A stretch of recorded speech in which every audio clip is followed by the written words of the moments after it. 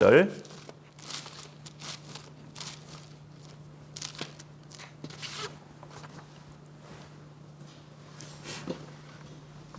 요한복음 4장 우리 13절부터 24절까지 12절 되겠습니다. 우리 4장 13절부터 같이 읽어봅니다. 시작. 예수께서 대답하여 이르시되 이 물을 마시는 자마다 다시 목마르려니와 내가 주는 물을 마시는 자는 영원히 목마르지 아니하리니 내가 주는 물은 그 속에서 영생하도록 솟아나는 샘물이 되리라.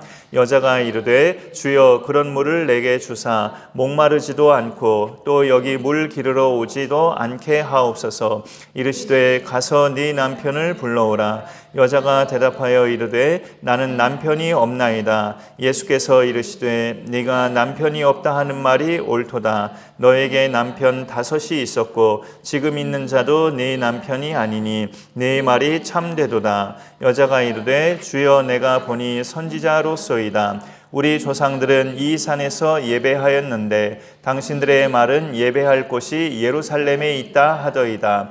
예수께서 이르시되 여자여 내 말을 믿으라. 이 산에서도 말고 예루살렘에서도 말고 너희가 아버지께 예배할 때가 이르리라. 너희는 알지 못하는 것을 예배하고 우리는 아는 것을 예배하노니 이는 구원이 유대인에게서 남이라. 아버지께 참되게 예배하는 자들은 영과 진리로 예배할 때가 오나니 곧 이때라. 아버지께서는 자기에게 이렇게 예배하는 자들을 찾으시느니라. 하나님은 영이시니 예배하는 자가 영과 진리로 예배할지니라. 아멘. 하나님을 만나지 못한 사람들의 공통점은 하나님으로 채워지지 못한 자신의 속을 다른 것들로 계속 채워간다는 거죠. 끊임없이 채워가지만 사실상 만족이 없기는 하죠. 그런 것들의 만족함은 영원하지도 않고 당연히 영원하지도 않지만 오래가지도 않아요. 사실상 요한복음 4장에 등장하는 사마리아 여인 이야기를 볼 때마다 저는 다른 부분을 좀 많이 느꼈는데 예수님의 탁월성, 예수님은 어떤 부류하고도 대화가 통하시는구나 라는 그런 깨달음을 항상 가져봤어요. 만일 우리가 어떤 지하세계에서 거의 밥 먹고 사는 지하세계에서 여태까지 살아오고 활동하던 사람을 갑자기 만나서 그런 대상과 대화를 나눈다면 저는 그런 대상과 소통이 잘 될까? 이런 생각이 들어요. 사실 하나님이 보실 때는 나나 그 사람이나 뭐 별반 다를 바 없는 죄인인 건 똑같은데 그래도 사람이 전혀 딴 세상에 살고 있는 사람을 만나서 얘기를 나누어 보면 진짜 이 사람은 나하고는 완전히 하나에서 열까지 다 다른 딴 세상 사람이구나 라는 사실만 느껴질 것 같거든요.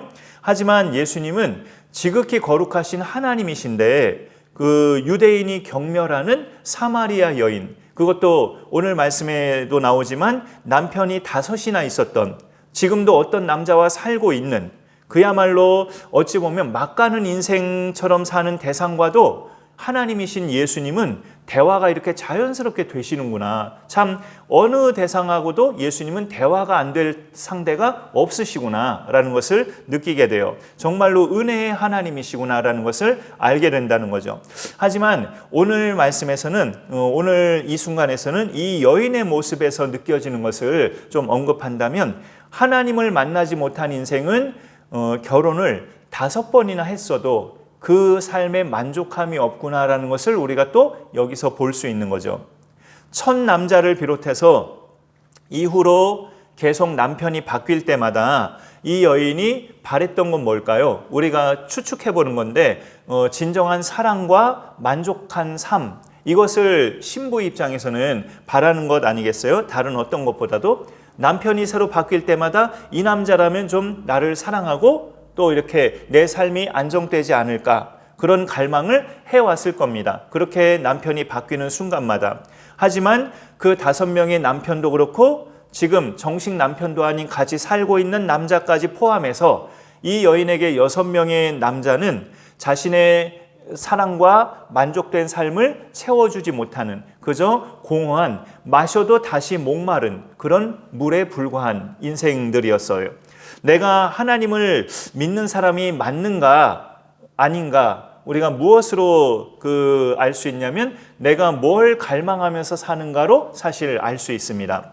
뭐가 채워질 때 나는 만족함을 누리는가, 그걸로 알 수 있다는 거죠. 상당수의 사람들은 다 아시겠지만 그게 돈이에요. 돈이 이제 채워지면 그것으로 만족감을 누리고 행복을 느끼게 되죠. 하지만 앞서 말씀드린 것처럼 그거는 영원히 가는 것이 아니고 또 오래 가는 것도 아니에요. 잠깐의 만족일 뿐입니다. 아니면 가정의 화목, 또 가족들의 건강, 또는 내가 지금 무슨 일을 하고 있는데 그게 잘 달성되는 성취감, 이런 것들로 사람은 이제 만족감을 누리기도 하지만 사실 그런 것들은 다 불완전한 요소들이죠. 가족은 이제 사람인데 사람들 자체가 사실 불완전한 피조물입니다, 솔직히. 그래서 가족 간의 그런 화목이나 또 가족들의 그런 건강, 그런 것들이 잘 유지될 때 우리는 만족감을 누릴 수 있지만 그런 것도 불완전한 요소가 사이사이에 있기 때문에 진정한 만족감은 또 아니다라고 볼 수 있어요. 불완전한 인간은 완전하신 하나님을 인격적으로 만난 후에라야 이제 만족감을 누리며 살아갈 수 있습니다. 예수님은 물 길러 나온 여인에게 이런 말씀으로 처음 말씀은 아니지만 13절에 이런 말씀을 하시죠. 이 물을 마시는 자마다, 지금 네가 물 길러 이 야곱의 우물가에 왔는데 네가 길러오는 이 물을 마시는 자마다 다시 목마르지만 내가 주는 물을 마시는 자는 영원히 목마르지 아니하리니라고 말씀하셔요. 그러자 여인이 15절에 주여 그런 물을 내게 주사 목마르지도 않고 또 여기 물 길러 오지도 않게 하옵소서 하면서 아주 간절하게 부탁하던 듯한 그런 느낌을 이 여인의 말 속에서 우리가 느낄 수 있어요. 여인의 답변을 보면 이것만 느껴지는 건 아니에요. 사람들의 시선을 피해서 일부러 찌더운 한낮에 사람들 없는 틈에 물을 길러 나오는 이 고생스러운 일을 더 이상 하지 않게 해달라는 요청만이 아니라 그동안 자기 삶에 만족이 없었음을 고백하는 겁니다. 그런 물이 정말 있다면 내 인생의 진정한 만족을 나에게 주소서, 그런 의역으로 우리가 생각할 수 있어요. 6번째 남자와 지금 살아도 내 마음은 채워지지 않습니다. 당신이 말씀하는 그런 물이 있다면 내게 꼭 좀 주세요. 이 여인 속에 채워지지 않은 갈증을 자기 스스로가 고백하는 겁니다. 그런데 예수님의 말씀도 여인의 그 상태를 짚어주시는 거예요. 예수님의 앞서 하신 말씀도 이 물을 마시는 자마다 다시 목마르려니와 마셔도 다시 목마르게 하는 그 물이 이 여인에게는 뭐였습니까? 야곱의 우물가에서 깃는 그 물이 아니라 남편들이었어요. 남편들. 계속 새 남편을 만나도 그 삶의 행복과 만족과 갈증 해소가 일어나지 않았던 거죠.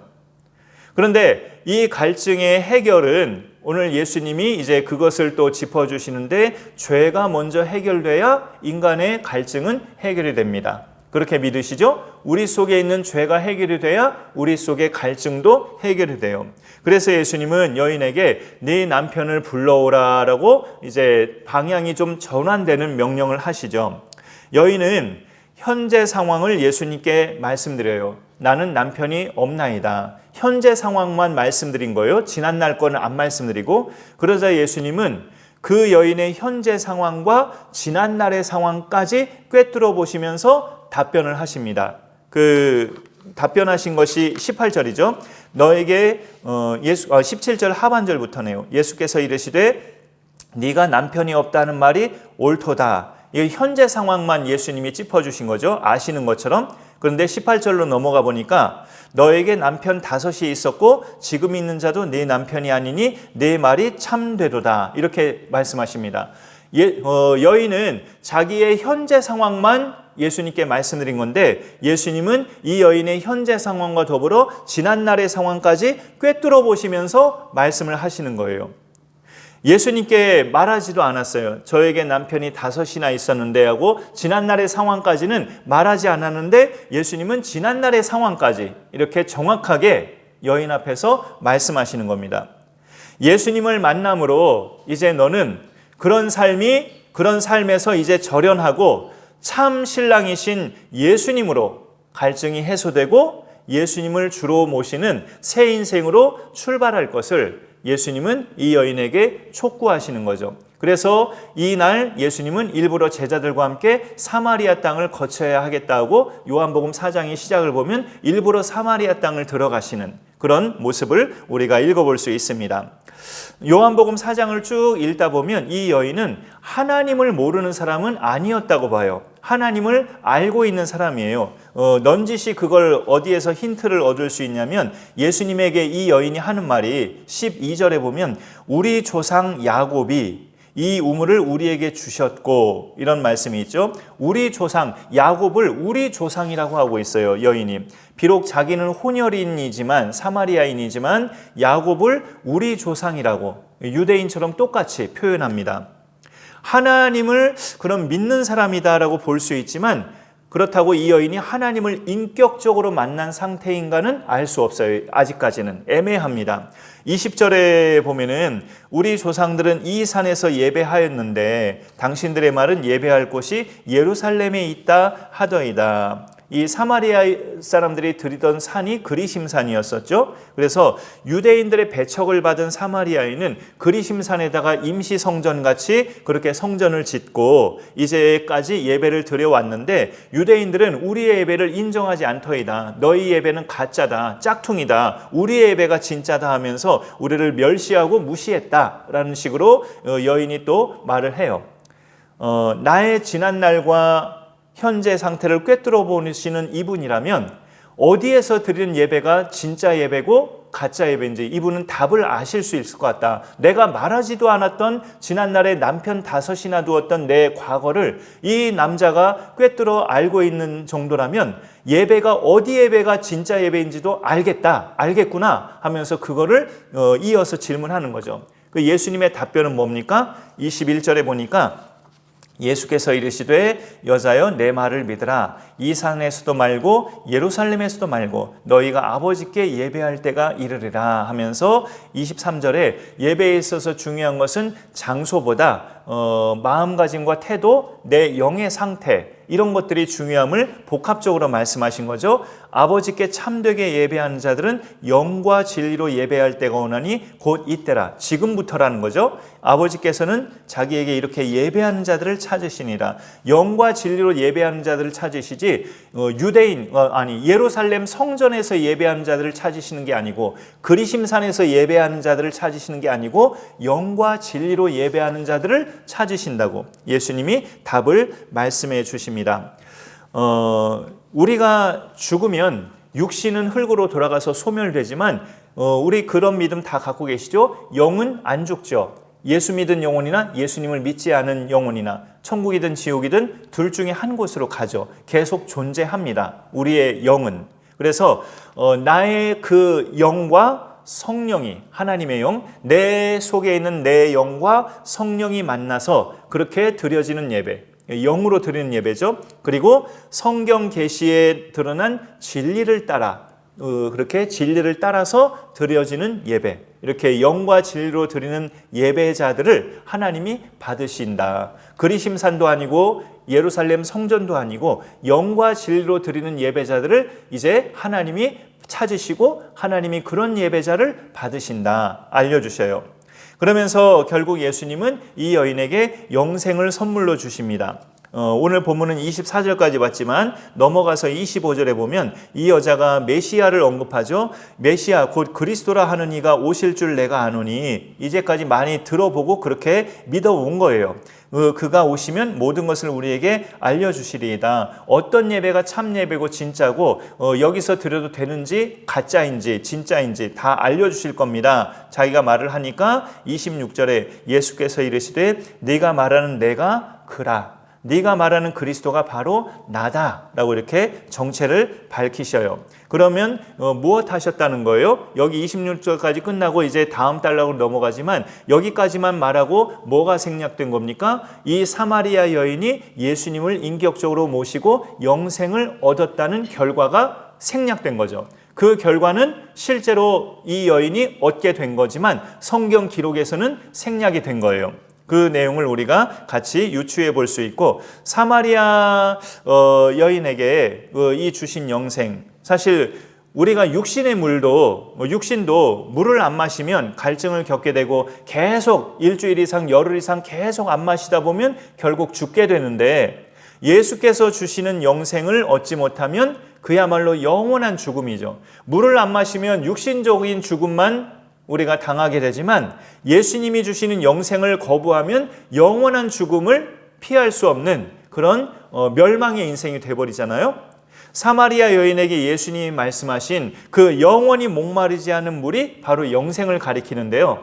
같은 요한복음이지만 또 7장에 가보면 그 생수가 성령을 가리키기도 해요. 우리 조금 넘기면 7장이 나오는데 직접 한번 같이 읽어볼까요? 7장에 37절부터죠. 37절부터 39절의 괄호 전까지, 39절에 괄호가 시작되는 그 전까지만 읽어보겠습니다. 37절부터 시작. 명절 끝날 곧 큰 날에 예수께서 서서 외쳐 이르시되 누구든지 목마르거든 내게로 와서 마시라. 나를 믿는 자는 성경의 이름과 같이 그 배에서 생수의 강이 흘러나오리라 하시니, 이는 그를 믿는 자들이 받을 성령을 가리켜 말씀하신 것이라. 요한복음 4장에서 사마리아 여인과 대화하실 때는 그 자신이 주시는 영원히 목마르지 않는 그 물이 영생을 가리키는 것으로 이렇게 공개를, 그렇게 소개를 하셨는데, 여기 7장에서는 예수님이 또 익명의 다수에게 누구든지 목마르거든 내게로 나오라. 내가 생수의 강에서 그 배에서, 그 자신의 뱃속에서 생수의 강이 흘러나오도록 물을 마시게 하리라 했는데, 그 물을 여기 39절에서는 그들이 받을 성령을 가리켜 하심이라라고, 그렇게 성령이라고 말씀하고 있죠. 그러니까 영원히 목마르지 않는 물은 예수님이 주시는 영생을 뜻하는 게 맞는데, 예수님을 영접하는 대상이 받을 성령을 가리키기도 한다. 이렇게 종합해서 볼 수 있죠. 성령을 통해 하나님을 만나면 비로소 그 전까지 채워지지 않았던 자신의 상태에 만족함을 누리게 된다. 더 이상 어떤 육신의 남편 없이 살아도 진정한 신랑이신 예수님을 만난 인생은 이제 성령이 그 안에 내주하시고 영생을 얻은 자이므로 그 상태가 이제 만족으로 계속 상태가 유지되고 채워지고 그렇게 살아갈 수 있는 거죠. 사람이 새로운 피조물이 되면 이제 하나님으로 만족하고 하나님을 갈망하는 인생이 돼요. 28절에 좀 보시면 다시 본문으로 와서요. 4장 28절에 여자가 물동이를 버려두고 라는 말이 좀 눈에 들어옵니다. 이제 이게 더 중요하다 생각하니까 다시 여기 우물가로 돌아와서 물은 길었겠죠. 물은 다시 기르고 자기 집에 그 물을 가져가긴 했을 거예요. 하지만 그거를 성경은 다 생략하고 물동이를 버려뒀다는 것을 요한은 주되게 기록합니다. 이 여인이 물동이를 버려뒀다. 그리고 동네로 들어가서 사람들에게 자기가 그리스도를 만났다고 전한 것을 사도 요한은 더 중요하게 기록하고 있습니다. 그러니까 물동이를 버렸다는 것은 마셔도 다시 또 갈증을 나게 하는 그 물은 더 이상 내게 중요하지 않다. 그런 여인의 모습을 여기서 볼 수 있는 거죠. 이 다시 목마르게 하는 이 물은 내 인생에 중요한 것이 아니다. 영원히 목마르지 않는 영생의 물을 주신 이분이 내 인생에 중요한 분이다. 그거를 알게 된 거예요. 수차례 새로운 남편과 살아봐도 만족이 없었던 삶을 죄인들의 참 신랑이신 예수님을 만나면서 그동안에 채워지지 않는 그 마음 상태와 갈증이 단번에 해소된 거예요. 그 해소된 것이 너무나 좋아서 나만 이렇게 누리는 게 아깝다 하면서 동네로 들어가서 동네 사람들에게 내가 오늘 그리스도를 만났다라고 전하는 겁니다.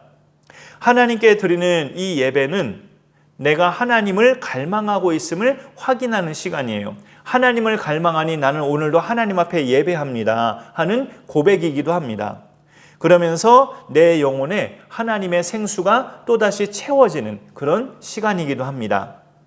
한 여인이 예수님을 만나면서 하나님으로 만족하는 인생이 되고 하나님이 받으시는 예배자가 됐어요. 그 답을 얻었어요. 우리가 드리는 그리심산 예배가 진짜 예배인지, 유대인들이 드리는 예루살렘 성전에서 드리는 예배가 진짜 예배인지, 그게 그토록 이 여인은 궁금했는데 예수님은 색다른 전혀 예상하지 못한 답을 주셨지만 참 답을 이 여인이 찾으신 거죠. 아버지께서는 참으로 예배하는 자들을 찾으신다. 영과 진리로 예배하는 것이 하나님이 받으시는 예배다. 진정한 답을 찾으면서 예수님 만나 새로운 피조물이 된 인생을 살게 됐습니다. 한 장인이 깨진 유리 조각들을 모아서 아름다운 스테인드 글라스를 만들었습니다. 그게 이제 스테인드 글라스의 이제 기원이죠.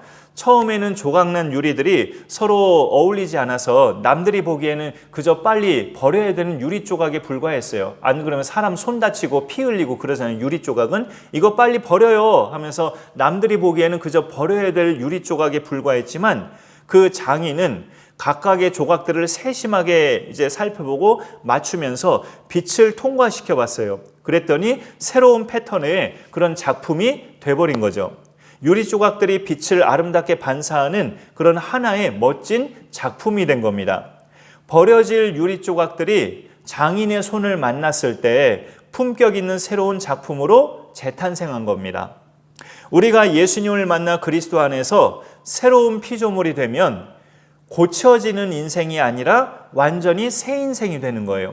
부분적으로 땜질하고 부분적으로 좀 더 개선된, 업데이트된, 고쳐지는 그런 인생이 아니라 완전 새로워진 새 인생이 되는 것을 성경은 선언합니다. 그거는 우리의 상태는 사실 별반 다를 바 없지만 솔직히 우리를 의롭다 하시는 하나님의 선언 때문에 그래요. 우리를 의롭다 하신 하나님의 선언 때문에 우리는 완전히 새 인생으로 탈바꿈되는 거죠. 신분도 하나님의 자녀로 새로워졌지만 삶의 목적과 방향도 이 땅의 것이 아닌 골로새서 3장 말씀처럼 위의 것, 하나님 나라의 것을 바라보면서 살아가는 완전 새로운 인생이 예수 믿는 사람들이에요. 먹고 사는 모습은 솔직히 비슷해 보이죠. 불신자들이나 예수 믿는 사람들이나 먹고 살기 위해서 직장 다니고 돈 벌고 또 먹으면서 살아가고 하는 모습은 거의 똑같아 보이지만 먹고 사는 목적이 다르죠. 하나님의 영광을 위하여서. 우리의 먹고 사는 목적은 하나님의 영광을 위해서입니다. 그래서 우리는 그 먹고 사는 게 어떻습니까? 지저분하지 않고 악하지 않아요. 하나님의 영광을 위해서 먹고 사는 사람은 그 먹고 사는 모습이 지저분하거나 악하지 않습니다. 하나님이 빠진 상태에서 자기 영광을 위해서 먹고 사는 것은 그 내면을 보면 굉장히 지저분하고 악해요. 우리에게 그런 거룩한 모습을 지켜나가는 첫 단계가 늘 강조하지만 예배인데, 예배자로서 매 예배마다 하나님을 인격적으로 만나는 은혜가 우리 가운데 있어야 합니다.